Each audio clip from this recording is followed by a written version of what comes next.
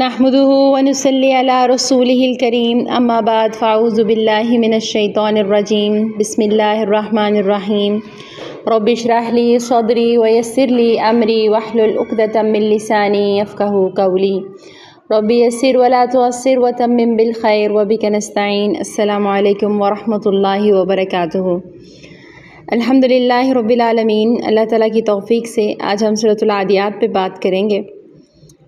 سورۃ القاریہ ہم نے پہلے پڑھی تھی، جس میں اللہ تعالیٰ قیامت کا منظر بیان کر رہے تھے، اور یہ ہم نے پڑھا کہ کس طرح قیامت کے دن ہمارے اعمال کا وزن ہوگا۔ سورۃ العادیات میں بھی ہم اس کی ایک جھلک دیکھیں گے کہ اللہ تعالیٰ کے ہاں وزن اعمال کیسے تولے جائیں گے۔ شروع کرتے ہیں۔ اعوذ باللہ من الشیطان الرجیم، بسم اللہ الرحمن الرحیم، والعادیات ضبحا فالموریات قدحا فالمغیرات صبحا فأثرن به نقعا فوسطن به جمعا۔ والعادیات ضبحا، قسم ہے ہانپنے والوں کی، سرپٹ تیز دوڑنے والوں کی۔ یہاں پہ وضاحت نہیں کی گئی کہ کون ہے یہ، لیکن ضبحہ کی آواز عربی میں ضبح کہتے ہیں اس آواز کو جو جب گھوڑا تیز بھاگتا ہے تو اس کی سانسوں سے نکلتی ہے، تو اسے ضبح کہتے ہیں۔ تو اس سے یہ واضح ہوتا ہے کہ یہاں مراد گھوڑے ہیں۔ کچھ علماء نے کہا کہ اونٹ ہیں، لیکن اگلی جو اس کی صفات پیش کی جا رہی ہیں اس سے بھی یہی واضح ہوتا ہے کہ یہ گھوڑے ہی ہیں، ان سے مراد گھوڑے ہیں۔ تو اس لحاظ سے اس کا ترجمہ ہوگا والعادیات ضبحا، قسم ہے گھوڑوں کی جو سرپٹ بھاگنے والے ہیں۔ فالموریات قدحا، پھر کیا ہے؟ پھر جو اپنے سموں سے چنگھاریاں نکالتے ہیں، اور یقیناً یہ صفت بھی گھوڑوں کی ہے۔ فالمغیرات صبحا، پھر جو صبح کے وقت حملہ کرتے ہیں۔ فأثرن به نقعا، اور اس وقت اس موقع پر گرد و غبار اڑاتے ہیں۔ فوسطن به جمعا، پھر دشمن کے لشکر میں گھس جاتے ہیں۔ فالموریات قدحا، اپنے سموں سے چنگھاریاں نکالتا ہے۔ جب تیز رات کے وقت جب گھوڑا بھاگتا ہے نا، تو پتھر پر جب اس کے پاؤں ٹکراتے ہیں یا پھر روڈ پہ ٹکراتے ہیں، شاید آپ کو تجربہ ہوا ہو، تو اس میں سے چنگھاریاں نکلتی ہیں اس کی تیز سپیڈ کی وجہ سے۔ فالمغیرات صبحا، اور غارت گری کرتے ہیں صبح کے وقت، اور یہ بھی گھوڑے کی ایک صفت ہے، یعنی صبح کے وقت جیسے حملہ کرنا ہو تو اس کی سرعت کی وجہ سے گھوڑا زیادہ اس کام میں مددگار ثابت ہوتا ہے۔ صبح کا وقت وہ نہیں کہ جب روشنی مکمل نکل گئی ہو، نہیں، بلکہ جب اندھیرا چھٹ جائے لیکن روشنی ابھی مکمل طور پر چھا نہ گئی ہو، جیسے فجر کا وقت ہوتا ہے، تو اس وقت میں کیا کرتے ہیں پھر یہ گھوڑے؟ فأثرن به نقعا، وہ میدانی علاقے سے جب گزرتے ہیں تو اس وقت بھاگتے ہوئے ان کے پاؤں سے اٹھنے والا جو گرد و غبار ہے وہ بھی ان کے لیے حملہ کرنے میں مددگار ثابت ہوتا ہے، کہ دور سے دشمن کو سمجھ ہی نہیں آتی کہ کتنی تعداد کا لشکر ہے۔ اتنی گرد اڑاتے ہیں اپنی سپیڈ سے کہ وہ خود ہی ان کی تعداد اس میں مدغم ہو جاتی ہے۔ اور پھر اللہ تعالیٰ آگے کیا بیان کر رہے ہیں، اس کی کیا صفت بیان ہوئی ہے؟ فَوَسَطْنَ بِهِ جَمْعًا، اسی گرد، اسی سپیڈ اور اسی روانی کے ساتھ وہ دشمن کی صفوں میں جا گھستا ہے۔ اللہ تعالیٰ گھوڑے کی یہاں ایک ایک حرکت کو بیان کر رہے ہیں، گھوڑے کے بھاگنے کو، گھوڑے کے بھاگنے کی سپیڈ کو، اس کے رات کے بھاگنے کی حالت کو، اس کے دن کے وقت بھاگنے کی حالت کو، اس کے حملہ کرنے کی حکمت کو، اس کی رات کے وقت پاؤں سے نکلنے والی چنگاڑی کو، اور اس کے دن میں اٹھنے والے گرد کو۔ پتہ ہے یہ جو گھوڑا ہے اس ٹائم پہ، جس ٹائم پہ یہ سورہ نازل ہوئی، ویسے تو اس میں اختلاف ہے کہ یہ مکی ہے یا مدنی ہے، لیکن اس کا مضمون بتاتا ہے کہ یہ سورہ مدنی ہے، اور یہ سورہ مکی ہے، اور مکہ کے بھی بہت ابتدائی دور میں نازل ہوئی، ٹھیک ہے، واللہ عالم۔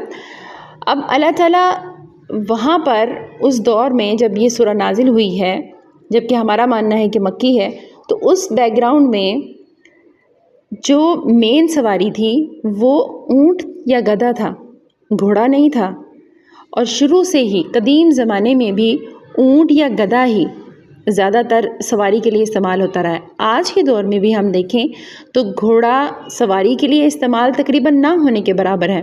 ہم چھوٹے چھوٹے تھے، بچپن میں شاید گھوڑا گاڑی دیکھتے تھے، اب تو وہ بھی تقریباً ناپید ہو گئی ہے۔ اس کے باوجود بھی اس وقت بھی گھوڑا رکھنا، اس کی دیکھ بھال کرنا، اس کی پرورش کرنا، اس پر اخراجات اس کے اٹھانا عام انسان کے بس کی بات نہیں ہوتی تھی۔ یہ امیر لوگوں کی، سرداروں کی، سپہ سالاروں کی، بادشاہوں کی اور نوابوں کی علامت ہوتی تھی۔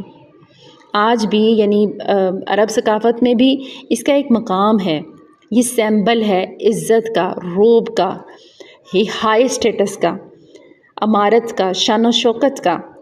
تو اللہ تعالیٰ نے یہاں گھوڑے کی قسم کیوں کھائی، گھوڑے کی ہی کیوں بیان کی گئی؟ اس کی بہت ساری حکمتیں اگلی آیات کے ساتھ جڑی ہوئی ہیں۔ آپ صلی اللہ علیہ وسلم نے بھی فرمایا نا کہ گھوڑے 3 طرح کے ہیں، گھوڑے والے 3 طرح کے ہیں۔ کیسے ہیں 3 طرح کے؟ ایک تو وہ ہے جو اجر پانے والا ہے، اور ایک وہ ہے جو پردہ پوشی والا ہے، اور ایک وہ ہے جو بوجھ والا اور گناہ والا ہے۔ ٹھیک ہے، اجر والا کون ہے؟ اجر والا وہ ہے جس کا مالک اس کو جہاد کے لیے پالتا ہے، اور اگر اس کے گھوڑے کی اگاڑی پچھاڑی ڈھیلی ہو بھی جاتی ہے، وہ ادھر ادھر چرتا ہے، کسی نہر سے پانی پیتا ہے، تو بھی اس کا ثواب گھوڑا پالنے والے کو ملتا ہے۔ اگر وہ اس کی لید بھی صاف کرتا ہے تو بھی اس کا اجر و ثواب گھوڑے والے کو ملتا ہے۔ اور دوسرا کون ہے؟ دوسرا وہ ہے جو اپنی ضرورت کو پوری ہونے کے لیے سواری کے طور پر کسی اور کے سامنے ہاتھ نہ پھیلانا پڑے، وہ گھوڑا پالتا ہے، اور پھر اس میں اپنا حق بھی نہیں بھولتا اور اللہ کا حق بھی نہیں بھولتا۔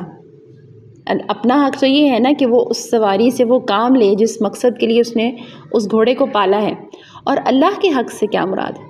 اللہ کے حق سے یہ مراد ہے کہ وہ تمہیں اس اللہ کے حکم سے یہ گھوڑا تمہارے ماتحت ہو گیا، اب تم اس کا بھی خیال رکھو، اور اگر تعداد عشر تک پہنچ گئی ہے تو عشر بھی ادا کرو۔ تو دوسرا کون ہے؟ یہ کیا ہے؟ آپ صلی اللہ علیہ وسلم نے فرمایا یہ پردہ ہے، یعنی اس نے پردے داری کی، اپنے آپ کو محتاجی سے بچایا، کسی کے آگے سوال کرنے سے بچا، وہ اس لیے اس نے گھوڑا پالا۔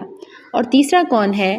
جو جاہ و جلال کے لیے گھوڑا پالتا ہے، ریاکاری کے لیے، ظلم و ستم کے لیے، فخر کے لیے، تو بس اس کے ذمے بوجھ ہے، اس کا پالنا اس کے لیے گناہ ہے۔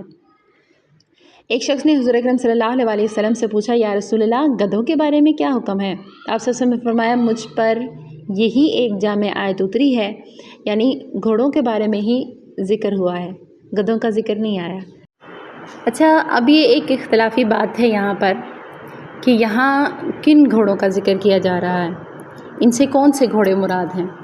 آیا وہ جو جنگ میں استعمال کرتے ہیں، یا غازیوں کے گھوڑے ہیں، یا وہ گھوڑے ہیں جو اس وقت پر عرب استعمال کرتے تھے دوسروں کے قبیلے لوٹنے کے لیے، دوسروں پر حملہ کرنے کے لیے، دوسروں کی عزتیں لوٹنے کے لیے، یا قافلے لوٹنے کے لیے؟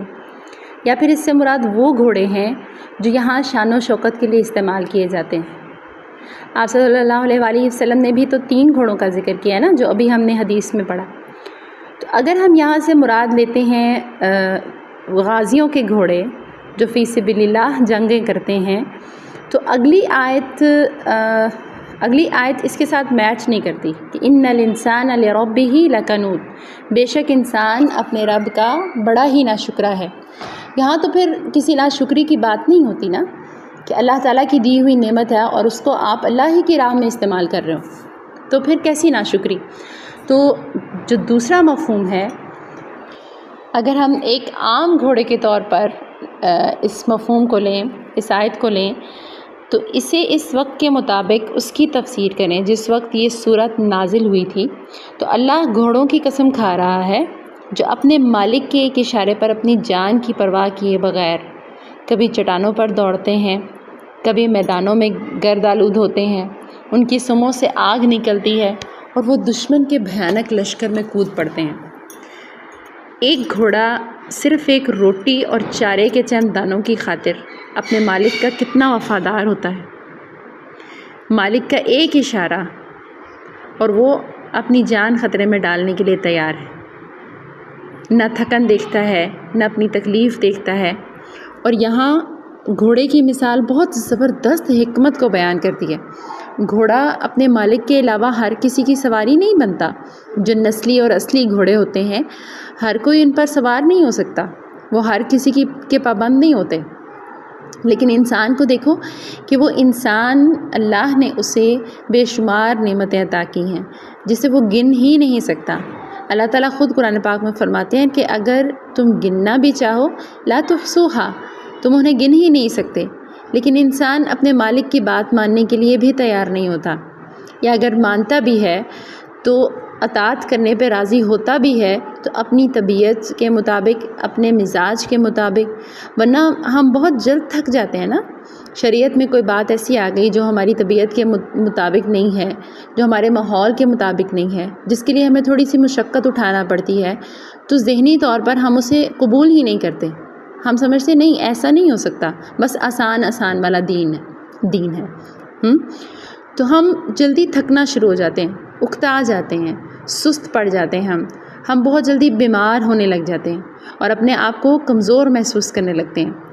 تو ہم کبھی اپنے آپ کو ٹٹولیں نا کہ آسان دین ہمیں اچھا لگتا ہے نا۔ تو اللہ تعالیٰ کیا فرما رہے ہیں؟ ان الانسان لربہ لکنود۔ یہ جو کنود کا لفظ ہے نا، ناشکری کا لفظ ہے، یہ اس شخص کو کہتے ہیں جس کو اپنی زندگی میں بہت ساری نعمتیں ملی ہوں، جسے اللہ تعالیٰ نے بہت سارا نوازا ہو، اور ہر انسان اس میں شامل ہے۔ لیکن اگر ذرا سی کمی آ جاتی ہے، ذرا سا دکھ مل جاتا ہے تو وہ کیا کرتا ہے؟ رونا دھونا شروع کر دیتا ہے، جیسے اسے گویا کچھ ملا ہی نہیں ہے، اور وہ 99 نعمتیں بھول جاتا ہے جو روزانہ اسے ملتی ہیں، جن کی کوئی گنتی ہی نہیں ہے۔ لیکن اگر ہم اس ایک چیز پر ناشکری شروع کر دیتے ہیں جو ہمیں فی الحال نہیں ملی یا فی الوقت نہیں ملی، یا ٹھیک ہے وہ ہمارے نصیب میں نہیں ہے، وہ ملتی نہیں ہے، تو ہم اسی پر فوکس کرتے ہیں، تو اس کو کنود کہتے ہیں۔ ایسے شخص کو کہتے ہیں جو نعمتوں کو تو یاد نہیں رکھتا اور صرف اس کمی پہ فوکس کرتا ہے جو ان نعمتوں کے مقابلے میں بہت کم ہے، بہت چھوٹی ہے، یعنی اس کا فوکس ہی ایسی ناشکری ہے، یعنی اس کا فوکس ہی ان پر ہوتا ہے۔ جبکہ اللہ تعالیٰ کے نبی صلی اللہ علیہ وآلہ وسلم نے کیا فرمایا کہ امیری اور بہت زیادہ دولت سے بھی زیادہ بڑی نعمت کیا ہے؟ صحت۔ یہ آنکھیں، آپ کی یہ سوچنا، یہ بولنا، یہ دیکھنا، محسوس کرنا، چل سکنا۔ آپ وزن اٹھا سکتے ہیں، آپ چل سکتے ہیں، آپ دوڑ سکتے ہیں، آپ آرام سے کسی مشقت کے بغیر بیٹھ سکتے ہیں، آپ اپنا گھر صاف کر سکتے ہیں، آپ دیکھ سکتے ہیں، سن سکتے ہیں، آپ کھانا کھاتے ہیں، آپ کو کھانے کی لذت محسوس ہوتی ہے، اور اس طرح کی بے شمار نعمتیں۔ یہ ایسی عظیم نعمتیں ہیں سبحان اللہ کہ ان کو نہ ہم کسی گنتی میں لاتے ہیں اور نہ یہ ہمارے روزانہ کے شکر میں شامل ہوتی ہیں۔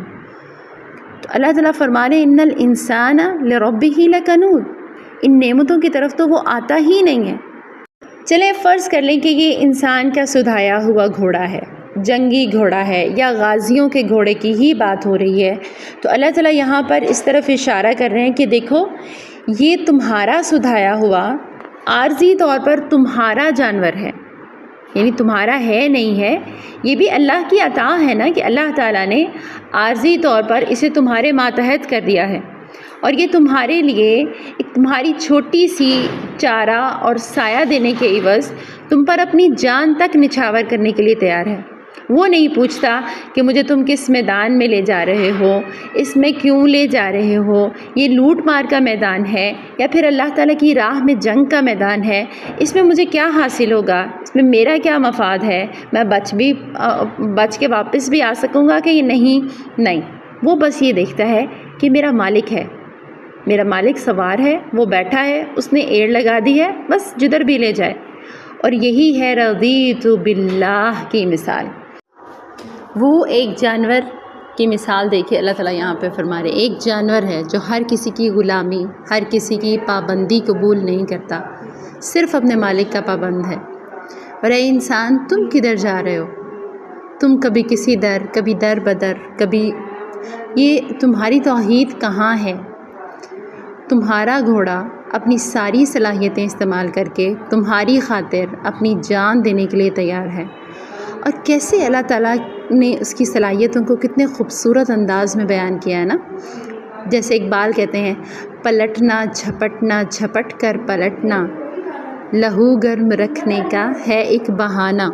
گھوڑے میں یہ صفتیں ہیں، گھوڑے میں بھی یہ صفتیں ہیں نا۔ تو اللہ تعالیٰ یہاں پر گھوڑا ایک جانور، ایک سیمپل کے طور پر یہاں نہیں لے کر آئے، اس کی تمام خوبیوں کے ساتھ، اس کی حکمت کے ساتھ اللہ تعالیٰ یہاں انسان کو فرما رہے ہیں کہ دیکھو تمہاری ناشکری کا عالم۔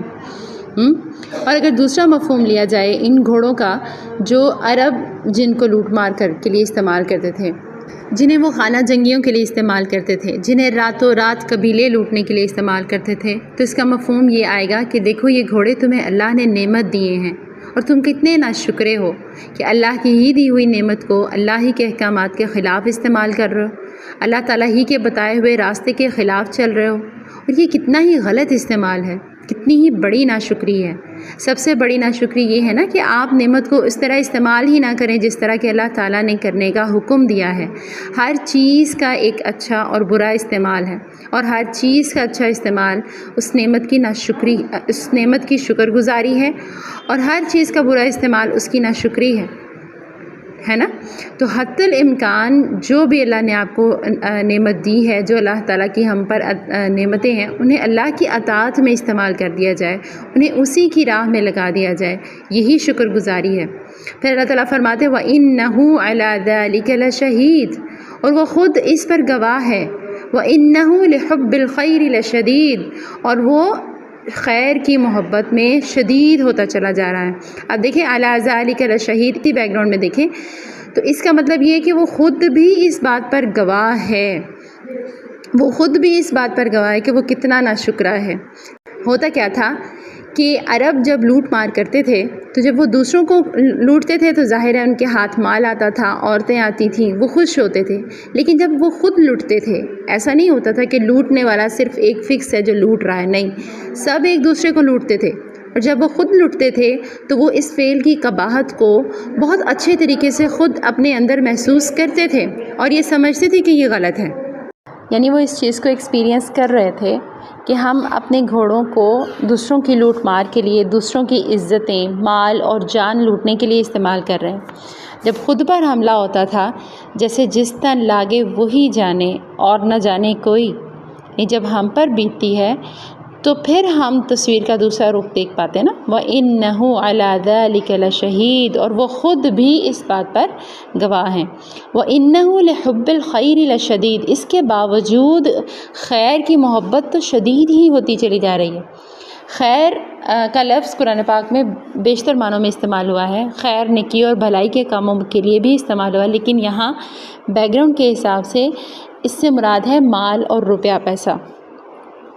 تو انسان کے اندر کا ضمیر جو ہوتا ہے نا، وہ بھی انسان کو بتا رہا ہوتا ہے کہ اس بات کا گواہ ہے کہ انسان مال و دولت کے لیے، فائدے کے لیے، دنیاوی چیزوں کے لیے کتنا حریص ہو رہا ہے۔ اور باہر دیکھنے والا شاید ہمیں جج نہ کر سکے، ہماری ظاہری طور پر جو حالت ہے اسے دیکھ کر ہم شاید دوسروں کے سامنے اچھے دکھیں، لیکن ہمارے اندر خود ایک جج ہے، ہم باہر والوں کو شاید دھوکہ دے بھی دیں۔ اگلی آیت میں اللہ تعالیٰ اسی کو واضح کر کے کھول کے بتا رہے ہیں نا، لیکن اپنے آپ کو دھوکہ دینا یہ بہت مشکل ہوتا ہے۔ انسان یہاں گھوڑے کے ساتھ ایک مماثلت اور بھی آتی ہے مال کی چاہت میں، کہ انسان صبح سے لے کے رات تک مال کمانے کی دوڑ میں لگا رہتا ہے، کاروباری فائدے سوچتا رہتا ہے، ملازمت کے لیے اس کو صبح شام بھاگنا پڑے وہ بھاگتا ہے اپنے مال کے پیچھے، صبح نکلنا پڑے صبح نکل جائے گا، رات تک اس کو ڈیوٹی دینی پڑے رات تک ڈیوٹی دے گا، جتنی مرضی مشقت کا کام ہو، مال و دولت کے لیے وہ گھوڑا بن جاتا ہے۔ تو اللہ تعالیٰ فرما رہے ہیں کہ دیکھو تم کس چیز کے پیچھے اپنی صلاحیتیں، اپنی سپیڈ، اپنی دوڑیں، اپنی قوتیں، اپنی تھکن، اپنا وقت لگا رہے ہو، اور وہ گھوڑا ایک جانور تم پر سبقت لے گیا۔ افلا يعلم اذا بعثر ما في القبور وحصل ما في الصدور ان ربهم بهم يومئذ لخبیر، کیسے خبر لے گا؟ افلا يعلم، جانتے نہیں ہو تم کیا وہ اس وقت تو نہیں جانتا جب قبروں میں سے جو کچھ بھی ہے وہ نکال باہر کیا جائے گا؟ صرف انسان ہی اپنے پورے اعضاء کے ساتھ اور جسم کے ساتھ لا کھڑے نہیں کیے جائیں گے، بلکہ ان کے ارادے، ان کی نیتیں اور جو کچھ ان کے سینوں میں چھپا ہوا ہے وہ سب لا کے سامنے کھڑا کر دیا جائے گا۔ کبھی آپ نے سوچا کہ آپ کا موبائل کسی کے ہاتھ میں ہو اور اس کو پاسورڈ بھی نہ لگاؤ؟ کیا کیفیت ہوتی ہے ہماری؟ اگر کوئی ہمارا موبائل پکڑ لے اور پاسورڈ بھی نہ لگاؤ، یا اگر آپ کسی کا موبائل پکڑ کے دیکھیں تو اس کی کیفیت آپ سمجھ سکتے ہیں۔ بالکل اسی طرح قیامت کے دن سب کچھ جو ہمارے سینوں میں ہم نے لاک لگا کے رکھے ہوئے ہیں، جو ہم چاہتے ہیں کہ کسی کو نظر نہ آئیں، ہم برا کرنے کے باوجود بھی ہم یہ چاہتے ہیں کہ ہم اچھے دکھیں، ہم اچھے لگیں، ہم سب کے دل پسند ہوں، تو اللہ تعالیٰ فرما رہے افلا یعلم اذا بعثر ما فی القبور، جانتے نہیں ہو تمہیں اس چیز کا اندازہ نہیں ہے کہ جب قبروں میں سے سب نکال لیے جائیں گے، وحصل ما فی الصدور، اور وہاں تک بھی رسائی ہوگی جو تمہارے سینوں میں ہیں، ان ربہم بہم یومئذ لخبیر، اس دن اللہ تعالیٰ پھر تمہاری خبر لے گا۔ کیا اللہ تعالیٰ کو آج خبر نہیں ہے؟ آج بھی خبر ہے نا، لیکن اس دن جو تمہارے سینوں میں ہے وہ لا سامنے کھڑا کیا جائے گا، اور اس کے حساب سے، ان نیتوں اور ارادوں کے حساب سے پھر تمہاری خبر لی جائے گی۔ یہ اس چیز کی دلیل اور علامت ہے کہ قیامت کے دن اللہ تعالیٰ کا عدل، اللہ تعالیٰ کا انصاف تمہارے ظاہری رویے پر نہیں ہوگا کہ تم کیا کر کے آئے ہو، تم کتنے نیک پارسا تھے، تم نے قرآن کیوں پڑھا، تم نے قرآن کیوں پڑھایا، تم نے قرآن کیوں سیکھا، تم قرآن کی محفل میں کیوں گئے۔ دنیا والے تو سب تمہیں ان محفلوں میں نیک سمجھیں گے نا، لیکن اس کے پیچھے تمہارا ارادہ، تمہاری نیت، تمہاری کوشش، تمہاری جدوجہد کس کام کے لیے تھی، وہ سب تو اللہ تعالیٰ اس دن سینہ کھول کے سامنے رکھ دیں گے۔ اس لیے آج ہم اپنے سینوں کو ٹٹول لیں کہ ان ربہم بہم یومئذ لخبیر، اللہ تعالیٰ اس دن خوب خبر لے گا۔ وہ قیامت کا دن مہلت کے ختم ہونے کا دن ہے۔ پھر اللہ کہے گا تمہارے ان اعمال کے ساتھ جو تمہارے صدور میں تھے، جو تمہارے سینوں میں تھے، جو تمہارے ارادے تھے، تمہاری نیتیں تھیں، جس وجہ سے تم نے جو کام کیا، اس کی میں آج خبر لوں گا۔ تو اس پوری سورہ میں اللہ تعالیٰ انسان کو یہ بتا رہے ہیں کہ انسان جو ہے وہ آخرت کا منکر ہو کر، اس سے غافل ہو کر کیسی اخلاقی پستی میں جا گرتا ہے، اللہ تعالیٰ نے جو نعمتیں دی ہیں اس کا کیسا غلط استعمال کرنے لگتا ہے، اور اپنے ارد گرد جانوروں سے مثال لے کر بھی نہیں سیکھتا کہ وفاداری کیا چیز ہے، اور ساتھ ساتھ لوگوں کو اس بات سے خبردار بھی کرنا ہے کہ آخرت میں صرف ان کے ظاہری اعمال ہی نہیں آئیں گے ان کے کام، بلکہ ان کے دلوں میں چھپے ہوئے راز تک ان کی بھی جانچ پڑتال کی جائے گی۔ اور اس مقصد کے لیے اللہ تعالیٰ عرب میں پھیلی ہوئی اس عام سی بدامنی کو دلیل کے طور پر پیش کر رہے ہیں کہ جس سے سارا ملک تنگ آیا ہوا ہے، ہر طرف لوٹ مار کا بازار گرم تھا، خون کی بازی کھیلی جا رہی تھی، قبیلوں پر قبیلے چھاپے مار رہے تھے، کوئی شخص بھی رات چین سے نہیں گزار سکتا تھا، کیونکہ ہر وقت یہ کھٹکا لگا رہتا تھا کہ کب کوئی دشمن صبح سویرے اس کی بستی پر ٹوٹ پڑے گا۔ یہ ایک ایسی حالت تھی جسے عرب کے سارے ہی لوگ جانتے تھے اور اس کی قباحت کو محسوس کرتے تھے۔ تو اس صورتحال کی طرف اشارہ کر کے یہ بتایا گیا کہ موت کے بعد دوسری زندگی، اور اس میں اللہ تعالیٰ کے حضور جواب دہی سے ناواقف ہو کر انسان اپنے رب کا ناشکرا ہو گیا ہے۔ وہ خدا کی دی ہوئی قوتوں کو ظلم اور ستم اور غارت گری کے لیے استعمال کر رہا ہے۔ وہ مال و دولت کی محبت میں اندھا ہو کر ہر طریقے سے اسے حاصل کرنے کی کوشش کرتا ہے، خواہ وہ کیسا ہی ناپاک اور گھناؤنا طریقہ ہو۔ آج ہماری گلی گلی میں یہ مثالیں موجود ہیں، حکومتی سطح پر تو کیا ہی جانا، اسے اگر اس بات پر ایمان ہوتا کہ قیامت کے دن یہ سینے کھول دیے جائیں گے، قیامت کے دن یہ سب راز آپ کے سامنے آ جائیں گے، اللہ تعالیٰ کو خوب معلوم ہے کس کے ساتھ کیا برتاؤ کیا جانا چاہیے، تو یقیناً آج اس دنیا میں اس کا رویہ کچھ اور ہوتا۔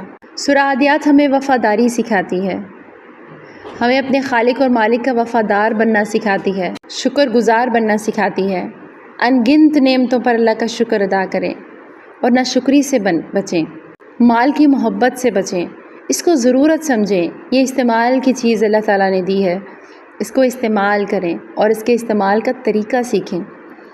اسے زندگی کا مقصد نہ بنائیں، نیتوں کو پاک کریں۔ یاد رکھیں کہ اللہ صرف وہ نہیں ہے جو ہمیں اوپر سے دیکھ رہا ہے، اللہ تعالیٰ وہ ہے جو شہرک کے بھی قریب ہے اور وہ ہمارے سینوں کے رازوں سے۔ الا یعلم من خلق، کیا وہی نہیں جانتا ہوگا جس نے پیدا کیا ہے؟ یہ بھی یاد رکھیں کہ وہ شہرک کے بھی قریب ہے۔ اللہم اصلح لنا اعمالنا، اللہم اصلح لنا اعمالنا، اللہم اصلح لنا اعمالنا۔ یا رب ہمارے اعمال کی اصلاح کر دے۔